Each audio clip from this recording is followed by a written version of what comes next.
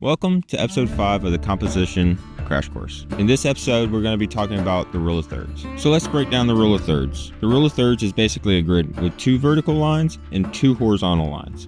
As you can see, my eyes are on the top horizontal line. Ideally, your subjects are going to fall in these lines, but more importantly is where these lines meet. These are 4 intersecting points where the human mind naturally focuses. If you put your subjects on any of these 4 points, then there will be a sense of balance in your frame. But remember how we said every detail needs to be intentional? Depending on where you put your subjects will tell a completely new story. If you put your subject on the bottom line, that'll leave a lot of negative space above your subject and send a new message like what we talked about in earlier episodes. If you put your horizon on the lower horizontal line, then there is information above that we should be paying attention to. Same for if you have your horizon on the top horizontal line, then there'll be information below that we should be paying attention to. Same with the close-up frame of a subject. If you have their eyeball on an intersecting point, the audience is going to connect with them emotionally by connecting with their internal struggle.